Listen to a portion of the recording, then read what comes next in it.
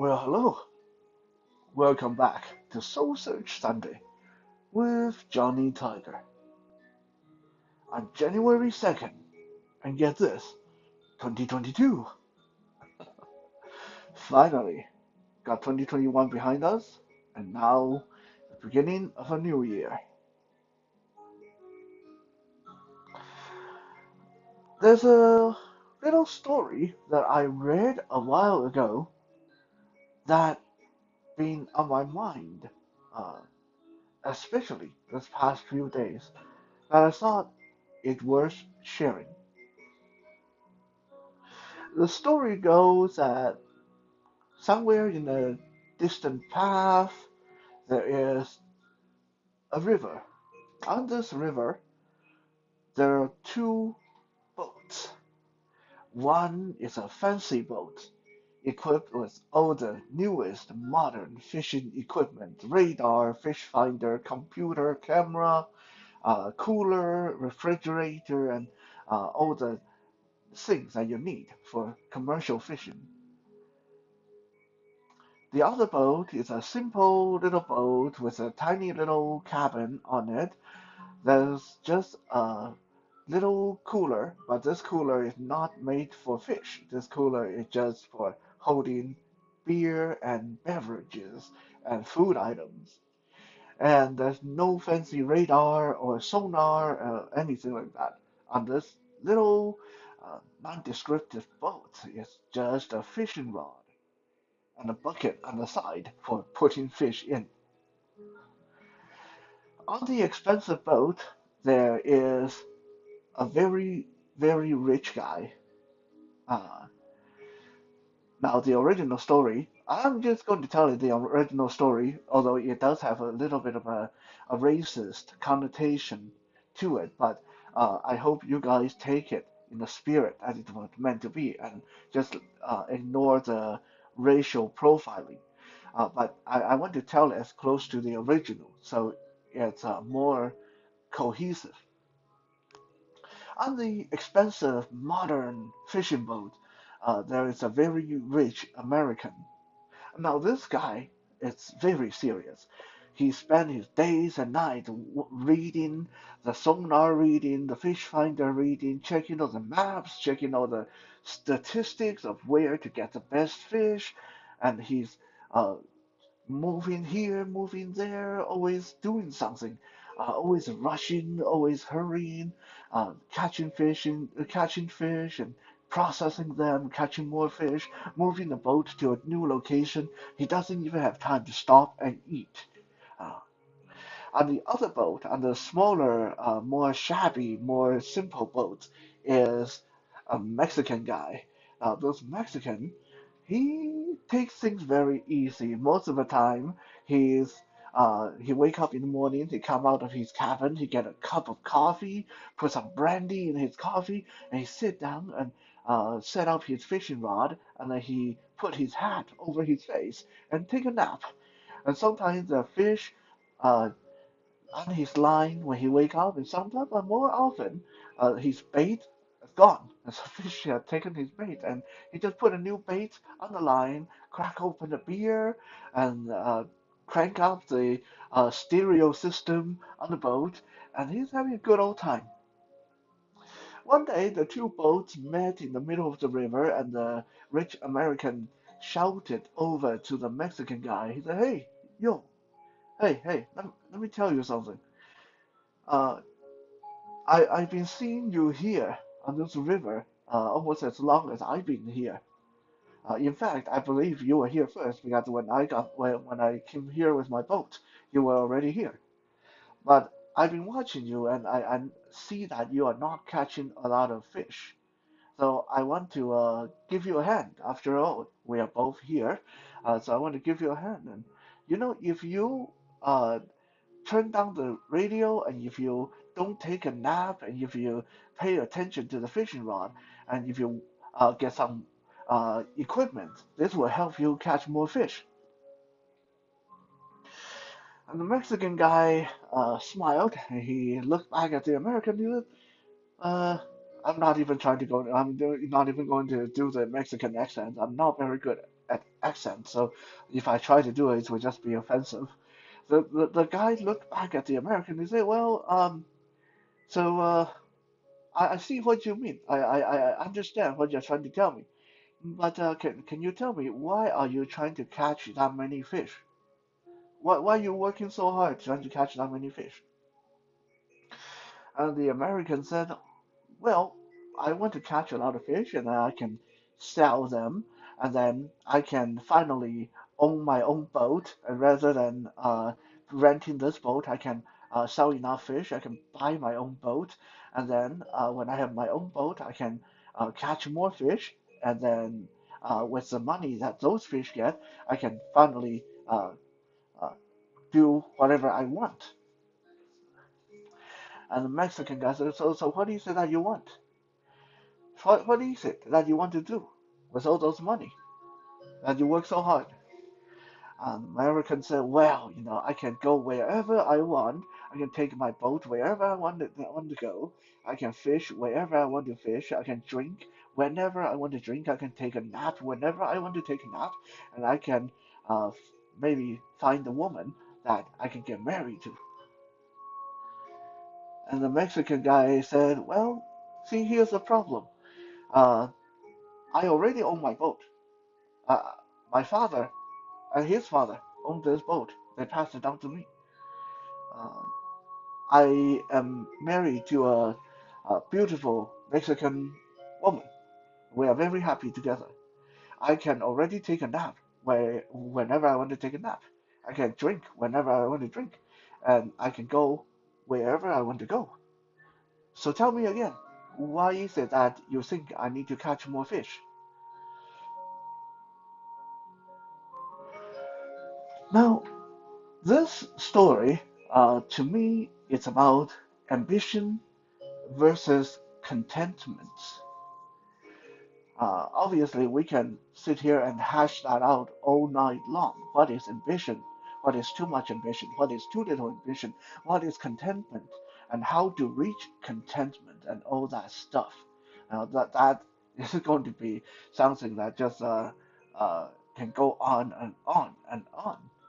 Everyone have different interpretation, and honestly, what is ambition? What is contentment? Is highly um, depending on your current circumstances, right? So, for example, if the Mexican gentleman didn't own his own boat, if he wasn't married, if he was in a lot of gambling debt or something like that, then his outlook in life might be quite different. It wouldn't be contentment, uh, it would be something else. And on the other hand, if the American gentleman owned his own boat, wasn't married, then maybe he would be less likely to be working that hard and try to think that that is the only way to go. So it is highly circumstantial. What is contentment? What is ambition?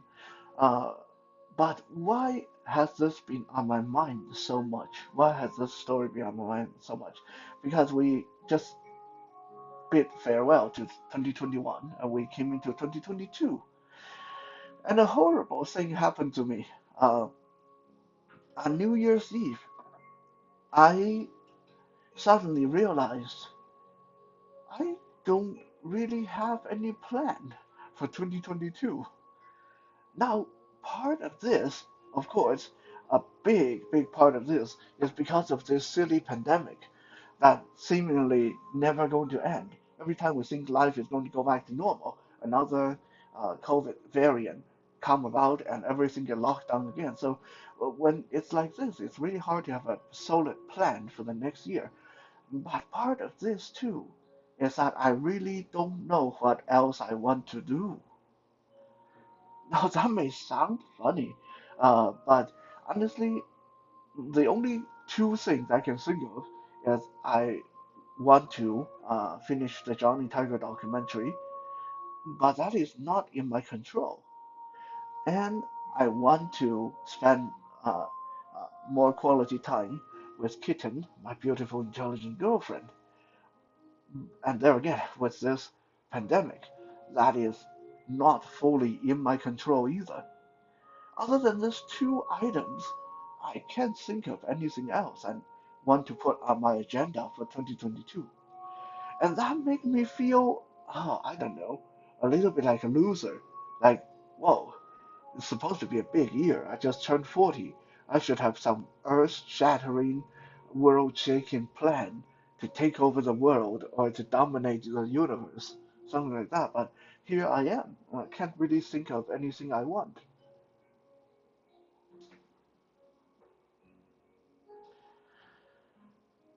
A lot of people have asked me before, what is your secret? What is your secret to be so content with life, to be so happy with your where you are in life? For the most part, there there are a few key factors to reach contentment. One, of course, is to understand what is it that you truly want to do in life. Now, I was very, very lucky that as soon as I got out of high school, I knew uh, I I knew what my options were. Okay? I could have been an artist, but I did not go down that road because I think being blind and becoming an artist was kind of a disaster, kind of a recipe for starving to death somewhere down the line. I could have been a teacher, and I didn't want to go down that route either.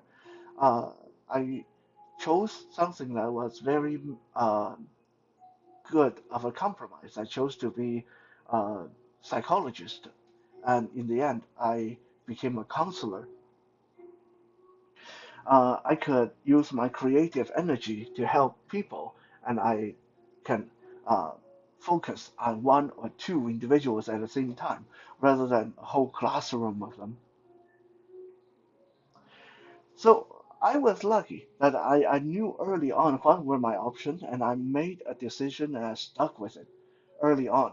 So that is, I would say, one of the key factors to reaching contentment is to uh, truly understand what is it that you want to do and what are the options and make a decision and then go through with it.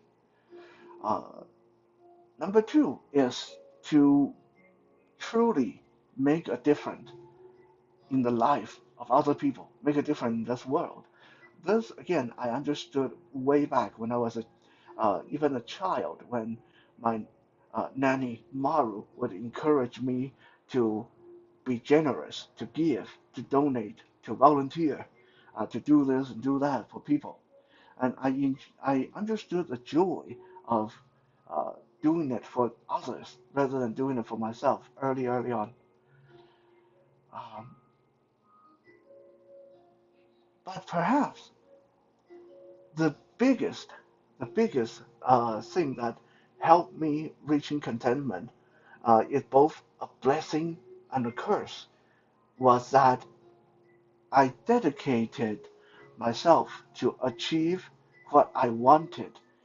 And as a result, between my hard work and the support of all my good friends and really good helping of luck, I completed my uh, initial goal. I completed what I set out to do.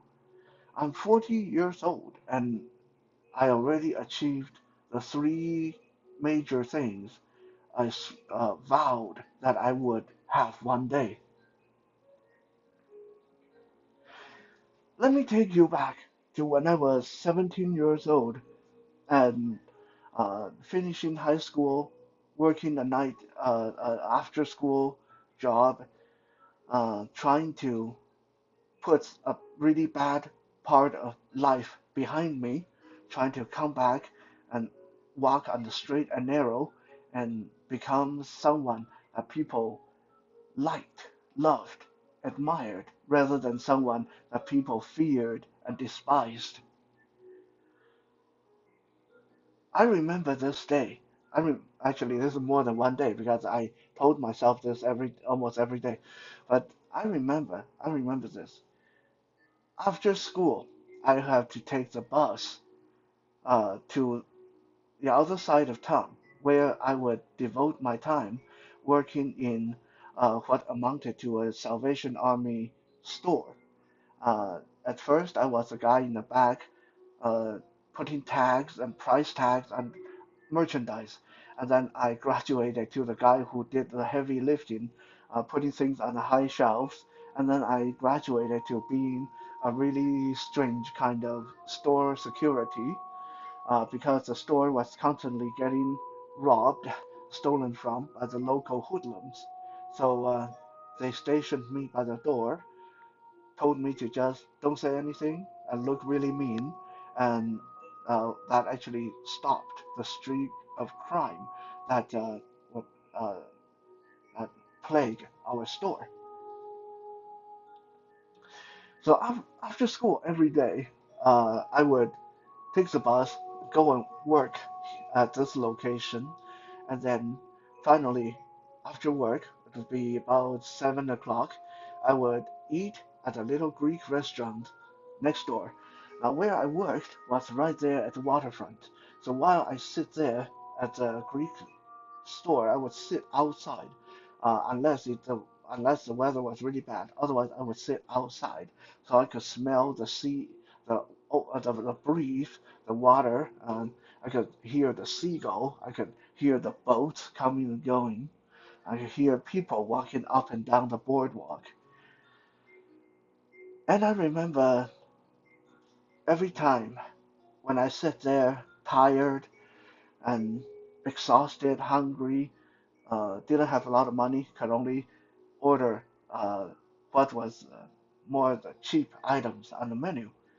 I would eat there before I take the bus home. By the time I get home, it would be 9:30, 10 o'clock, and then I would have to do homework and stuff like that, and get up next day around 4:30 in the morning because I was also on the swim team that and representing the province in swim championship at the time.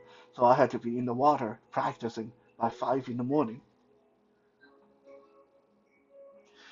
Every day I sat outside that little Greek restaurant, feeling exhausted, lonely, and oh, that life was just so hard. I vowed to myself that one day, I'm going to have jobs that I choose to do because I love them. One day I'm going to have a woman who loves me and I love her. And I also going to have time to do all the things that I love to do. Those were my three goals. Time to do the things I love to do, jobs that I do them because I like to do them, and a woman who I can be in love with. That was 17 years of age. So now, 23 years later, I look at myself. I'm a counselor. I'm a martial art instructor. I am a very minor celebrity, documentary maker. Uh, I guess minor star. I guess I'm a musician, podcast host, all these are work that I love the heck out of them. I just have so much enjoyment, even counseling. I love getting into people and understanding people and help them untangle something that's been bothering them. I have a woman who I love, and she loves me, and we work great as a team. You guys already seen that. Kitten and I, we are a great team. So that took care of the second one. And I definitely, because most of my work are contracted or self-employed, independent, freelancing, so I have loads of time on my hand to do things that I love to do. 40 years old, and I've accomplished the three goals I set out to accomplish when I was 17.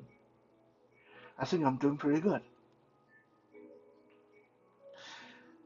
Now, some people may say that, well, yeah, but you set the bar kind of low to begin with. I mean, come on, a woman you love and who would love you, a lot of people have that. A job you like to do, well, that's not that hard to get either. Um, and what time to do what you like to do? Well, any geek or a nerd or uh, bum, homeless person can say the same thing. They have all the time in the world to do whatever they like to do. So you set the bar pretty low, obviously, so that there's nothing to it to accomplish them this early. Yeah, yeah, I think, yeah, you're right. I mean, if I set the bar like one day I'm going to own my own house, well, then I might be in a little bit of trouble right now. If I set the goal like one day I want to have $2 million in my account, uh, yeah, good luck with that one. So yes, I agree. I set the bar a little bit low.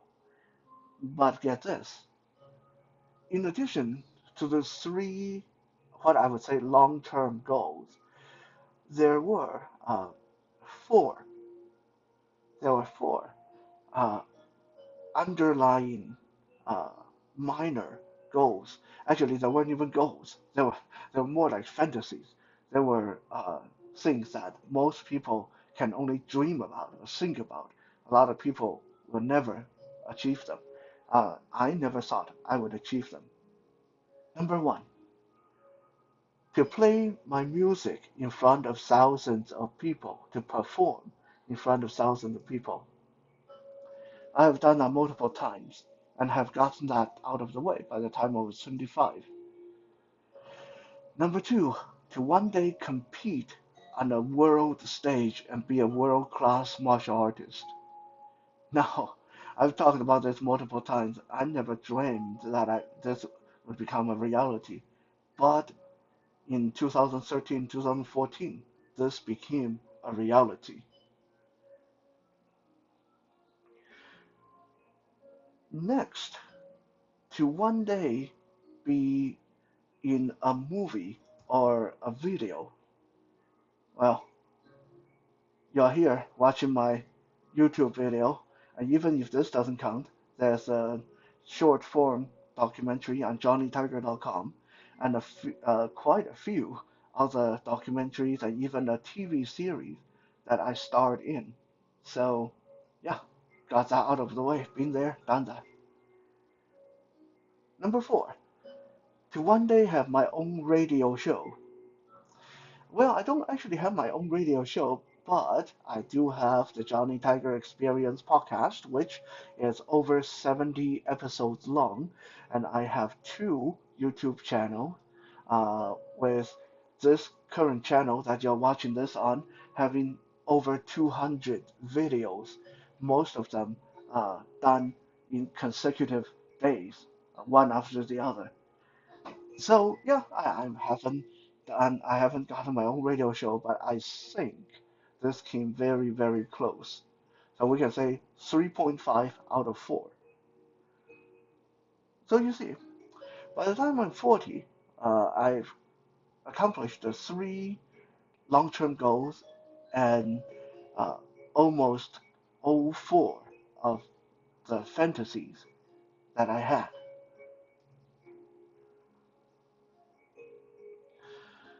When my mother called me on my birthday, she asked me, she said, "So, what does it feel like to be in your 40s, to hit the big 40? What does it feel like?" And I said, it's kind of complicated. I don't really know how to feel. On the one hand, I feel that I'm 40 years, I've been kicking around on this world for 40 years. I feel like I should have done more. I feel like I should have more to my name. I feel like I should have more money in my bank account. I feel like I should have accomplished more. But on the other hand, I look at me, totally blind, partially deaf, working alone in a foreign country without family or any kind of background. I'm talking about like family background and influence and that kind of stuff. I have martial art background, academic background, and I have friends, but that's not the kind of background I'm talking about. So I'm looking at myself totally blind, partially deaf, working alone in a foreign country, having to overcome a whole lot of stuff. I think I have done really damn good.